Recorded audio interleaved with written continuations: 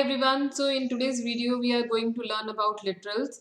जो literals हम Python में यूज करेंगे उसके बारे में हम पढ़ने वाले हैं. So literals की टाइप क्या क्या है, कितने टाइप के literals हमारे पास Python में अवेलेबल रहते हैं. So first type is string literal, second is numeric literal, third is boolean literal and the fourth one is special literal none.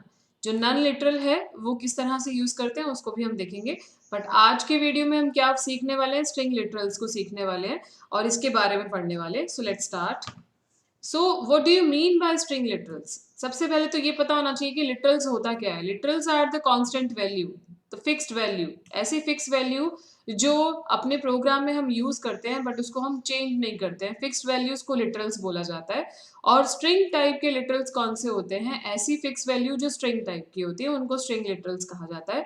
और स्ट्रिंग लिटरल्स को हम हमेशा कोड्स में डिफाइन करते हैं. Either you can use the double quotes or you can use single quotes. For example, देखो मैंने ए के अंदर एक करेक्टर लिखा है, उसको सिंगल कोट्स में लिखा है, ये भी एक स्ट्रिंग वैल्यू है. डबल कोट्स में हेलो को लिखा है, ये भी एक स्ट्रिंग वैल्यू है. सिंगल कोट्स में हेलो को लिखा है, ये भी एक स्ट्रिंग वैल्यू है. अगर आप किसी भी डिजिट वैल्यू को डबल कोट्स में लिख देते हो वो भी एक स्ट्रिंग वैल्यू ही होती है. और अगर आपने किसी स्पेशल सिंबल्स को भी सिंगल कोट्स या डबल कोट्स के कॉम्बिनेशन में लिखा है तो वो भी एक स्ट्रिंग वैल्यू ही कहलाती है. ठीक है, तो स्ट्रिंग वैल्यू वो होती है जिसको आप सिंगल कोट्स में या फिर डबल कोट्स में इनक्लोज करके डिक्लेयर कर देते हो और एक वेरिएबल में स्टोर कर देते हो. ठीक है, उनको हम स्ट्रिंग लिटरल्स कहते हैं. सो नेक्स्ट देखते हैं कि स्ट्रिंग लिटरल्स जो होते हैं पाइथन के अंदर वो हम दो तरह से डिफाइन कर सकते हैं. कुछ लिटरल्स ऐसे होते हैं जिसको सिंगल लाइन में लिखना होता है, वो सिंगल लाइन में ही खत्म हो जाते हैं, जिनको हम कहते हैं सिंगल लाइन स्ट्रिंग्स. और उसके बाद हमारे पास नेक्स्ट होते हैं मल्टी लाइन स्ट्रिंग्स. कुछ ऐसी स्ट्रिंग्स होती हैं, एक बड़ा सेंटेंस होता है जो आप एक लाइन में फिनिश नहीं कर पाते हो, उसको आपको सेकेंड लाइन में कंटिन्यू करना पड़ता है.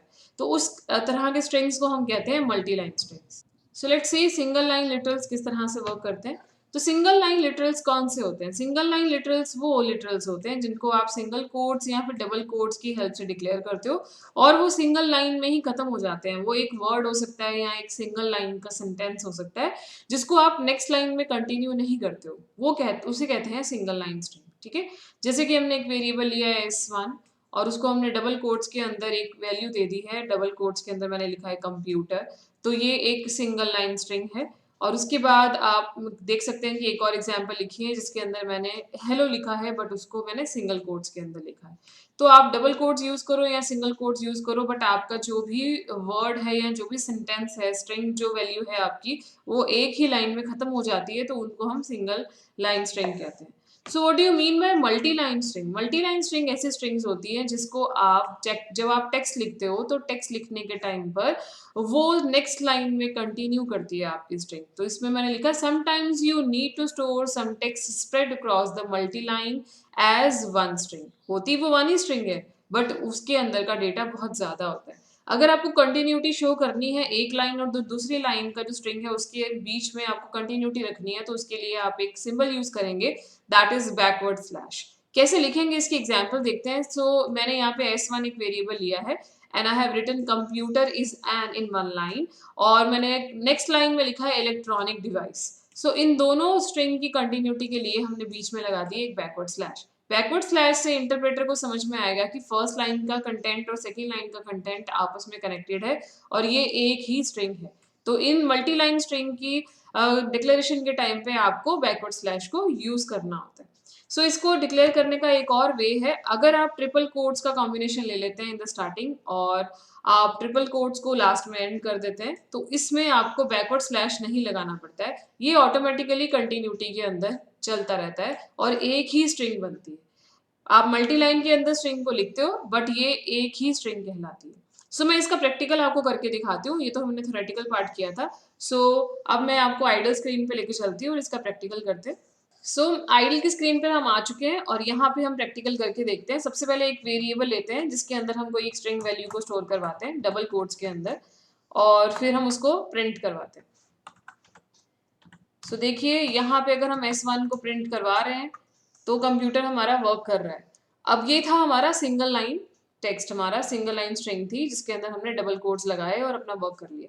अगर हमें मल्टी लाइन स्ट्रिंग क्रिएट करनी है तो मैं यहाँ पे डबल कोट्स के अंदर लिख रही हूँ कंप्यूटर इज एन और मैं पीछे लगाऊंगी बैकवर्ड स्लैश, एंटर की प्रेस करूंगी। देखिए कंटिन्यूटी का सिंबल हमारे पास आ चुका है। उसके बाद हम लिखेंगे इलेक्ट्रॉनिक डिवाइस एंड देन मुझे डबल कोट्स को क्लोज कर देना है। उसके बाद मैं प्रिंट कराऊंगी S1 की वैल्यू। सो S1 की वैल्यू को जब हम प्रिंट कराएंगे तो computer is an electronic device हमारे पास आ गया। एन के बाद स्पेस नहीं आई है क्योंकि मैंने एन के बाद स्पेस दिया ही नहीं था, इसीलिए एन और इलेक्ट्रॉनिक एक ही साथ आ गया। अगर हम एन के बाद स्पेस देंगे तो वो आराम से वर्क करेगा। अब हम देखेंगे कि अगर बैकवर्ड स्लैश नहीं देनी है और ट्रिपल कोड का कॉम्बिनेशन लेना है तो किस तरह से करेंगे। सो मैंने यहाँ पे लिखा है S1 और मैंने ट्रिपल कोड्स दिए और अब मैंने यहाँ पे लिखा है कंप्यूटर इज एन, स्पेस मैंने यहाँ पे दे दिया है अब, और मैं एंटर की प्रेस कर रही हूँ और मैं यहाँ लिख रही हूँ इलेक्ट्रॉनिक डिवाइस और मैं ट्रिपल कोड्स को यहाँ पे क्लोज कर दूँ एंड देन मैं अब S1 को प्रिंट कराऊंगी। सो जब S1 को हमने प्रिंट कराया तो computer is an electronic device हमारे पास प्रिंट हो गया। सो जब हमने ट्रिपल कोट्स लगा के जो स्ट्रिंग को प्रिंट कराया है computer is an electronic device, वो प्रिंट तो हो गया है, पर जिस तरह से आपने उसको टाइप किया था वो उसी तरह से ही प्रिंट हुआ है। जैसे कि मैंने एन के बाद एंटर की प्रेस की थी तो यहाँ पे भी जब प्रिंटिंग में एन के बाद हमारे पास इलेक्ट्रॉनिक डिवाइस नेक्स्ट लाइन में आया है, पर जब हमने बैकवर्ड स्लैश यूज किया था तो पूरा का पूरा कंटेंट जो था वो सेम लाइन में ही आया। तो ये है इन दोनों के बीच में डिफरेंस, एग्जीक्यूशन के बाद ही डिफरेंस समझ में आता है।